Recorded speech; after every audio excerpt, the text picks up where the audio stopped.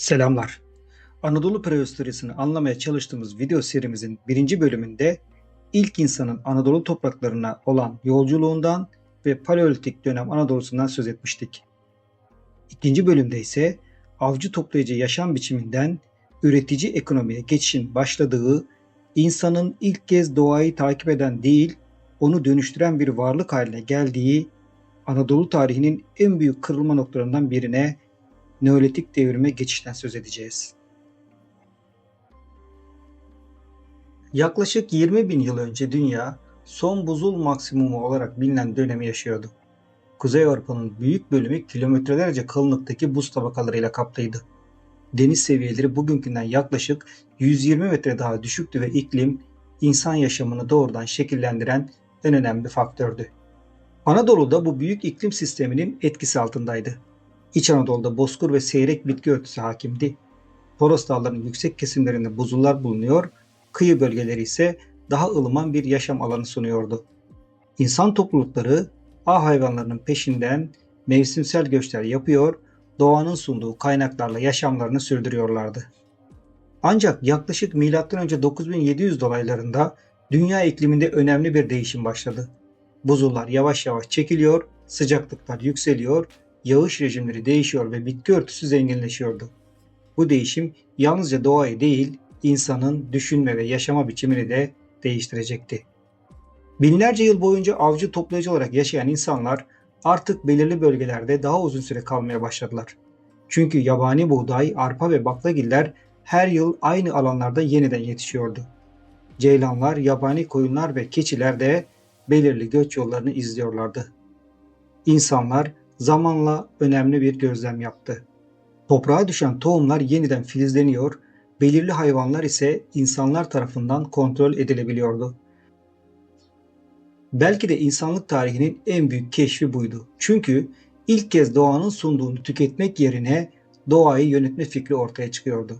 Bu süreç ani bir devrim değildi. Yüzyıllar hatta binlerce yıl süren deneme yanılmalar sonucunda insanlar bitkileri bilinçli olarak ekmeye, hasat etmeye ve depolamaya başladılar. Aynı şekilde yabani koyun, keçi ve sığırlar da zaman içerisinde evcilleştirildi. Böylece insanlık tarihinde ilk üretici ekonomi doğuyordu.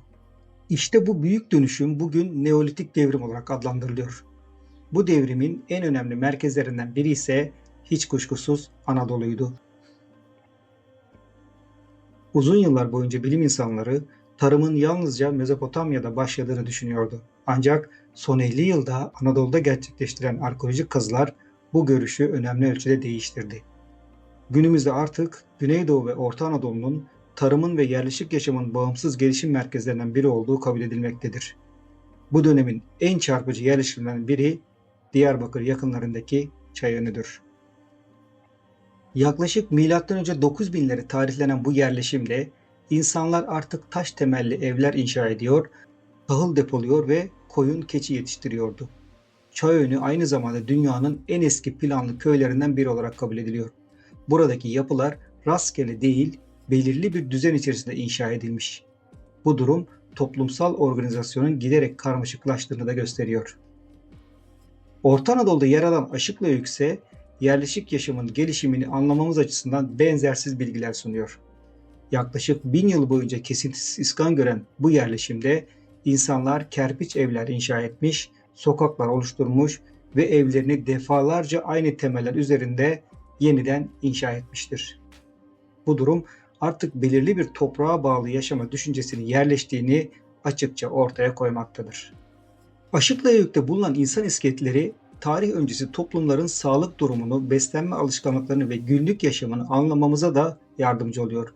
Bazı bireylerde başarılı kafatası ameliyatlarına ait izlerin bulunması, Neolitik toplulukların sanıldığından çok daha gelişmiş bir bilgi birikimine sahip olduğunun da göstergesi. Fakat Anadolu Neolitiği denildiğinde akla gelen ilk yer hiç kuşkusuz Göbeklitepe'dir. Yaklaşık M.Ö. 9600 yıllarında inşa edilen bu anıtsal yapı topluluğu insanlık tarihine ilişkin pek çok ezberi bozdu. Uzun yıllar boyunca bilim dünyası büyük tapınakların ancak tarım toplumları ortaya çıktıktan sonra inşa edilebileceğini düşünüyordu. Oysa Göbeklitepe bunun tam tersini gösterdi. Henüz çanak çömlek kullanmayan, metali bilmeyen ve insanların büyük ölçüde avcı toplacı olduğu bir dönemde tonlarca ağırlığındaki T biçimli dikili taşlar taşınmış, işlenmiş ve büyük dairesel yapılar oluşturulmuştur. Bu durum son derece önemli bir soruyu gündeme getiriyor. İnsanları bir araya getiren ilk unsur tarım mıydı yoksa ortak inanç mıydı? Göbekli Tepe'nin ortaya çıkardığı en büyük tartışma da bu.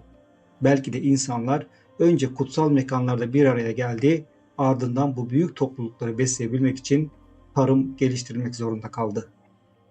Eğer bu yorum doğruysa, insanlık tarihinin en büyük dönüşümünün merkezinde ekonomi değil, inanç ve toplumsal dayanışma bulunuyor olabilir. İşte bu nedenle Anadolu yalnızca ilk çiftçilerin yaşadığı bir bölge değildi. Aynı zamanda insan düşüncesinin, sembolizmin ve ortak kimlik oluşturma sürecinin de en eski laboratuvarlarından biri.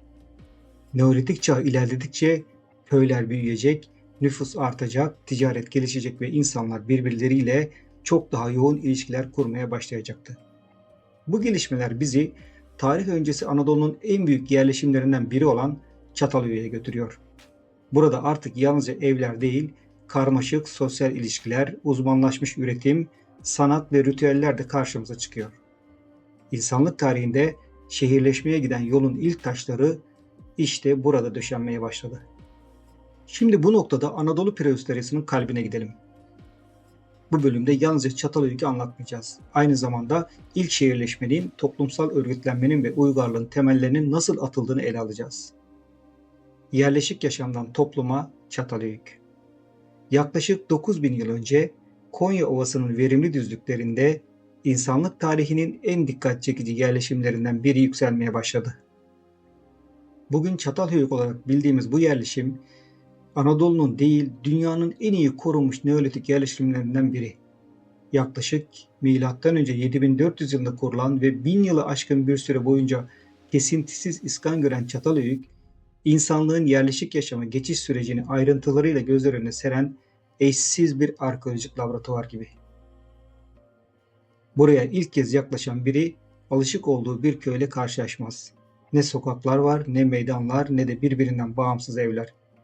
Çünkü Çatalhöyük'te evler adeta birbirine bitişik şekilde inşa edilmiş, insanlar evlerine kapılardan değil, damlarda bulunan açıklıklardan giriyor. Çatılar aynı zamanda günlük yaşamın sürdüğü ortak alanlar.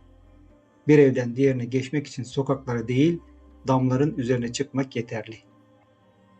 Peki, insanlar neden böyle bir mimariyi tercih etti? Kesin cevabı hala bilinmese de araştırmacılar bunun güvenlik, iklim koşulları ve toplumsal dayanışma ile ilişkili olduğunu düşünüyor. Bitişik evler hem dış tehditlere karşı doğal bir savunma oluşturuyor hem de ısı kaybını azaltıyor. Aynı zamanda bu düzen komşuluk ilişkilerini güçlendiriyor ve topluluk bilincini de pekiştiriyordu. Aslında Çatalhöyük'teki evler yalnızca barınak değildi. Her ev aynı zamanda bir atölye, depo, mutfak ve kutsal mekan işlevi görüyordu. Evlerin içinde ocaklar, tahıl depoları, çalışma alanları ve platformlar bulunuyordu. Bu platformların altındaysa aynı aileye ait bireyler gömülmüş durumdaydı. Yani yaşayanlarla ölüler aynı çatıyı paylaşıyordu. Bu durum bize Neolitik insanın ölüm anlayışı hakkında önemli ipuçları veriyor. Yani atalar unutulmuyor. Aksine evin bir parçası olarak yaşamaya devam ediyorlardı. Böylece aile geçmişi yaşanılan mekanla bütünleşiyor ve kuşaklar arasında güçlü bir bağ kuruluyordu. Çatalhöyük'te dikkati çeken bir diğer unsur da sanatın gündelik yaşamın ayrılmaz bir parçası haline gelmiş olması. Evlerin duvarları kırmızı, siyah ve beyaz boyalarla süslenmiş. Av sahneleri, geometrik desenler, el izleri ve soyut kompozisyonlar duvarlara işlenmiş. Bazı yapılarda boğa başları ve boynuzları duvarlara yerleştirilmiş, özel mekanlar oluşturulmuş. Tabii bu süslemeler yalnızca estetik amaç taşımıyordu. Topluluğun ortak hafızasını, inançlarını ve kimliğini de yansıtan sembollerdi. Neolitik insan artık yalnızca doğayı anlamaya çalışmıyor, onu semboller aracılığıyla yorumluyordu. Çatalhöyük'te bulunan yüzlerce kadın figürünü de uzun yıllardır bilim dünyasına tartışma konusu. İlk araştırmacılar bunları doğrudan ana tanrıça kültüyle ilişkilendirmiş. Ancak günümüzde birçok arkeolog daha temkinli yaklaşıyor ve bu figürlerin farklı toplumsal, ritüel veya sembolik anlamlar taşıyabileceğini belirtiyor. Bu nedenle figürinlerin tek bir inanç sistemini temsil ettiğini söylemek yerine Neolitik toplumların zengin sembolik dünyasının parçaları olarak değerlendirmek daha doğru olur. Yerleşimde yaşayan insanlar yalnızca tarımla uğraşmıyordu. Buğday ve arpa yetiştiriyor, koyun ve keçi besliyor, avcılığı tamamen terk etmeden üretici ekonomiyle geliştiriyorlardı. Bunun yanında obsidyen işçiliğinde büyük bir ustalık kazanmışlardı. Kapadokya'nın volkanik dağlarından çıkarılan obsidyen son derece keskin, kesici aletlerin üretiminde kullanılıyor ve yüzlerce kilometre uzaklıktaki yerleşimlere kadar ulaştırılıyordu. Bu durum bize aslında çok önemli bir gerçeği gösteriyor. Yaklaşık 9.000 yıl önce Anadolu'da yalnızca köyler değil, aynı zamanda geniş ticaret ağları da oluşmaya başlamıştı. Çatalhöyük'te bulunan deniz kabukları, Akdeniz'den getirilen süs eşyaları ve farklı bölgelerden gelen ham maddeler insanların birbirinden izole yaşamadığını, aksine geniş bir iletişim ağı içerisinde bulunduğunu da ortaya koyuyor. Çatalhöyük'te toplum yapısı da dikkat çekici. Bugüne kadar yapılan kazılarda evlerin büyüklüğü ve mezar hediyeleri arasında belirgin bir sosyal sınıf farkı tespit edilmemiş. Bu durum Çatalhöyük toplumunun görece eşitlikçi bir yapıya sahip olabileceğini de düşündürüyor. Ancak iş bölümü, yaş ve deneyime dayalı görev paylaşımı gibi toplumsal düzenlemelerin varlığı da açık. İnsanlık tarihinde ilk kez yüzlerce insan aynı yerleşimde uzun yıllar boyunca birlikte yaşamayı başardı. Bu ise beraberinde yeni sorunları da getiriyordu. Artan nüfus hastalıkların yayılmasını kolaylaştırıyor, atık yönetimi, hijyen ve gıda gibi depolama gibi konular günlük yaşamın önemli parçaları haline geliyordu. Arkeolojik bulgular bazı bireylerde enfeksiyonlara, eklem rahatsızlıklarına ve yoğun fiziksel çalışmaya bağlı iskelet değişimlerine işaret ediyor. Yerleşik yaşam, güvenlik ve üretim açısından avantaj sağlarken sağlık açısından yeni zorluklar da doğurmuştu. İşte bütün bunlar gösteriyor ki Çatalhöyük yalnızca büyük bir köy değil. Burası insanın doğayla kurduğu ilişkinin değiştiği, üretimin, ticaretin, sanatın, ritüellerin ve toplumsal yaşamın yeni biçimler kazandığı bir dönüm noktası. Ancak zaman durmuyor. Binlerce yıl boyunca gelişen bu Neolitik dünya yeni keşiflerle bambaşka bir çağa dönüşecekti. İnsan taşı yontmayı öğrenmişti. Toprağı işlemeyi öğrenmişti. Şimdi ise ateşi kullanarak toprağı dönüştürecek, ilk metalleri keşfedecek ve teknolojide yeni bir çağın kapısını arayacaktı.